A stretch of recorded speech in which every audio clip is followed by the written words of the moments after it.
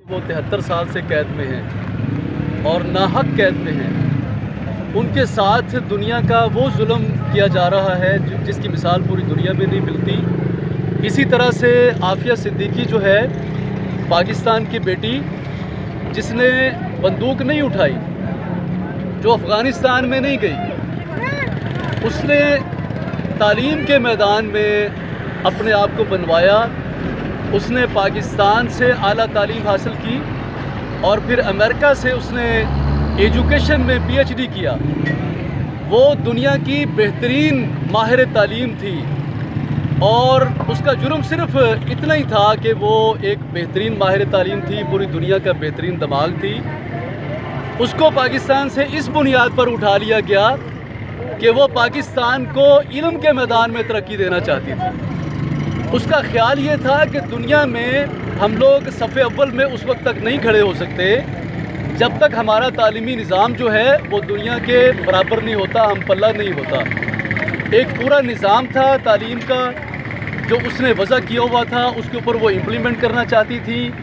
اسی سلسلے میں وہ اپنے گھر سے جب نکلی ہیں کہ وہ وزیر اعظم صاحب سے جا کے ملاقات کریں گی اسلام آباد میں، تو ان کو کراچی سے اس کے بچوں کے ساتھ اغوا کر لیا گیا اور گزشتہ 17 سال سے وہ امریکہ کی قید میں ہے۔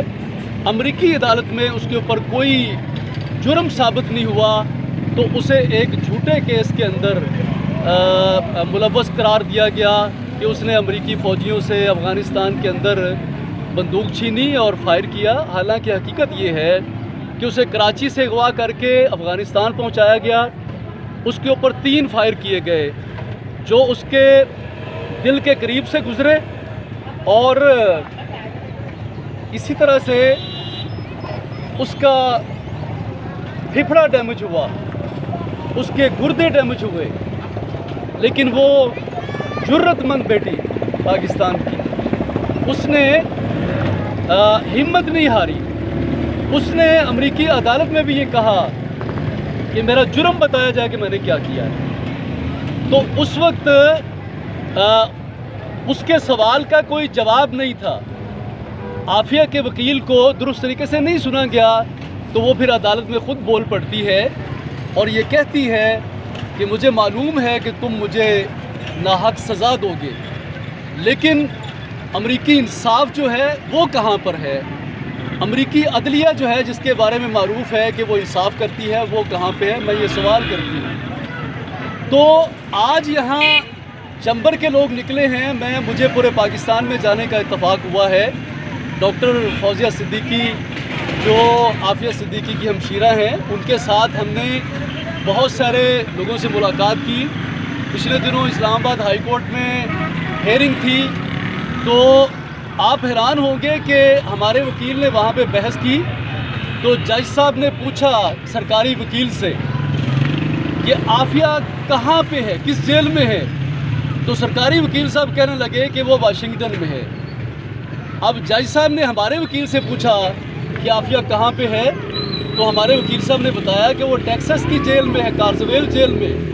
تو جج صاحب نے پھر ان کی کلاس لی کہ تم لوگ اس قدر لا علم ہو اپنی ایک پاکستانی شہری سے جس کا تعلق عوام سے ہے، عوام اس سے محبت کرتے ہیں اور اس کے بارے میں جاننا چاہتے ہیں، ایک بے چینی ہے عوام کے دلوں میں، تو اس کے بارے میں تمہیں معلوم نہیں ہے۔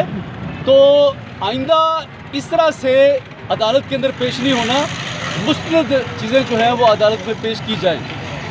تو اس موقع پہ سرکاری وکیل نے یہ کہا کہ میں اگلی دفعہ مرتب شدہ رپورٹیں جو ہیں وہ عدالت میں پیش کروں گا۔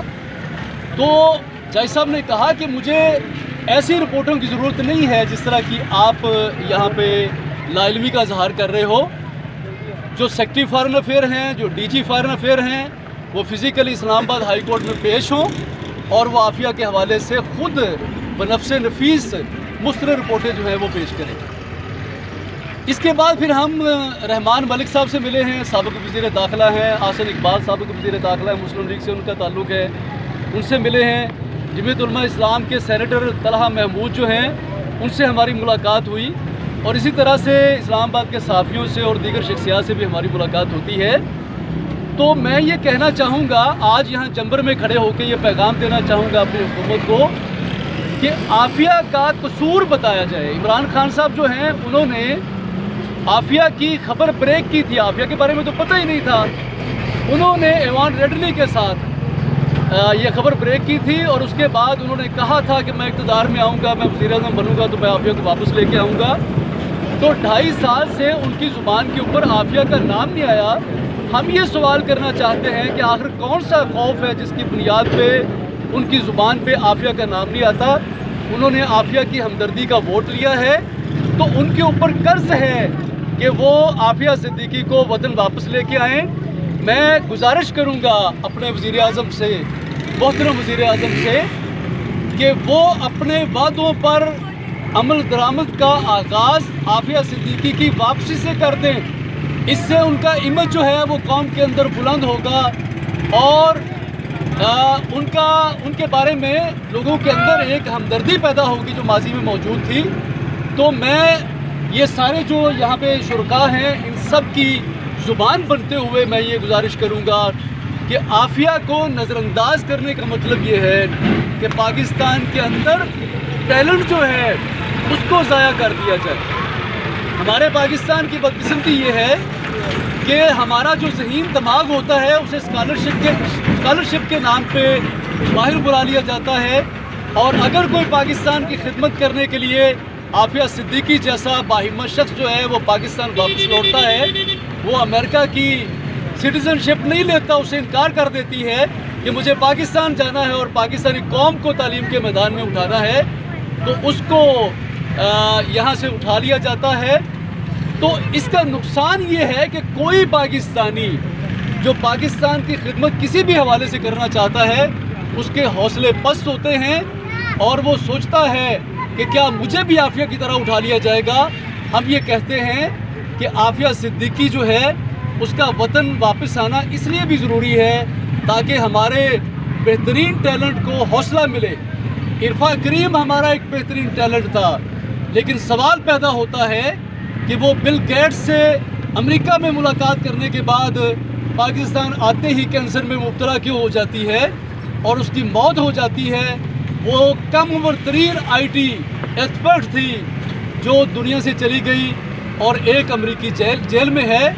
تو میں گزارش کروں گا کہ ہمارے ٹیلنٹ کی قدر کی جائے, ہمارے ٹیلنٹ کو پاکستان کی خدمت کرنے کا موقع فراہم کیا جائے. یہ پاکستان کی جو مٹی ہے یہ دنیا کی زرخیز ترین مٹی ہے. اگر اس کو موقع فراہم کر دیا جائے تو ہم دنیا میں صف اول سے بھی آگے کھڑے ہو سکتے ہیں. یہ میں مبالغے کی بات نہیں کر رہا. دنیا کے اندر جتنے پاکستانیوں کے اعداد و شمار ہیں آپ ان کو نکال کے دیکھ لیجئے, ہر میدان میں پاکستانی جو ہیں وہ آپ کو سر فہرست نظر آئیں گے. ہمیں اپنے ٹیلنٹ کی قدر کرنا ہے, اپنے شہریوں کی قدر کرنا ہے. عافیہ تو معصوم ہے, بے گناہ ہے, اس کا جرم صرف اتنا سا ہے کہ وہ پاکستان کو دنیا کے بام عروج پہ پہنچانا چاہتی تھی. میں شکریہ ادا کرتا ہوں آج میڈیا کا بھی اور اہل چمبر کا بھی کہ وہ عافیہ صدیقی کے لیے باہر نکلے ہیں اور کشمیر کی مظلوم عافیاؤں کے لیے نکلے ہیں. میں سب کا شکریہ ادا کرتا ہوں.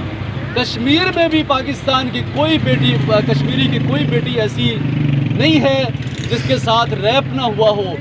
کوئی گھر ایسا نہیں ہے جہاں سے عزت اور جان کا جنازہ نہ نکلا ہو. تو ہم ایک عافیہ صدیقی کی بات نہیں کرتے, ہم سب عافیاؤں کی بات کرتے ہیں.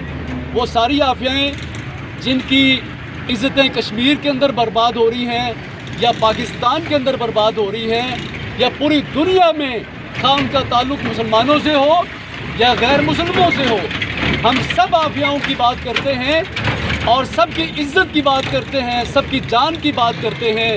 یہ ہمارا سیدھا سادہ اور صاف موقف ہے.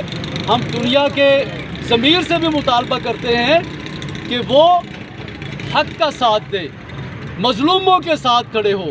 ہم UNO, امریکہ اور دنیا کی غالب قوتیں جو ہیں ان سب سے مطالبہ کرتے ہیں کہ وہ مظلوموں کے لیے آواز بلند کریں, مظلوموں کے ساتھ کھڑے ہوں. اگر وہ دنیا کے چودھری ہیں تو وہ اس کا حق بھی نبھائیں. میں سٹی پریس کلب جمبر کا بھی شکریہ ادا کرتا ہوں کہ آج انہوں نے یہاں پہ اس پروگرام کی کوریج کی ہے بھرپور طریقے سے. میں سب صحافی دوستوں کا شکریہ ادا کرتے ہوئے اور جمبر کے یہاں کے شہریوں کا شکریہ ادا کرتے ہوئے رخصت چاہوں گا. بہت بہت شکریہ.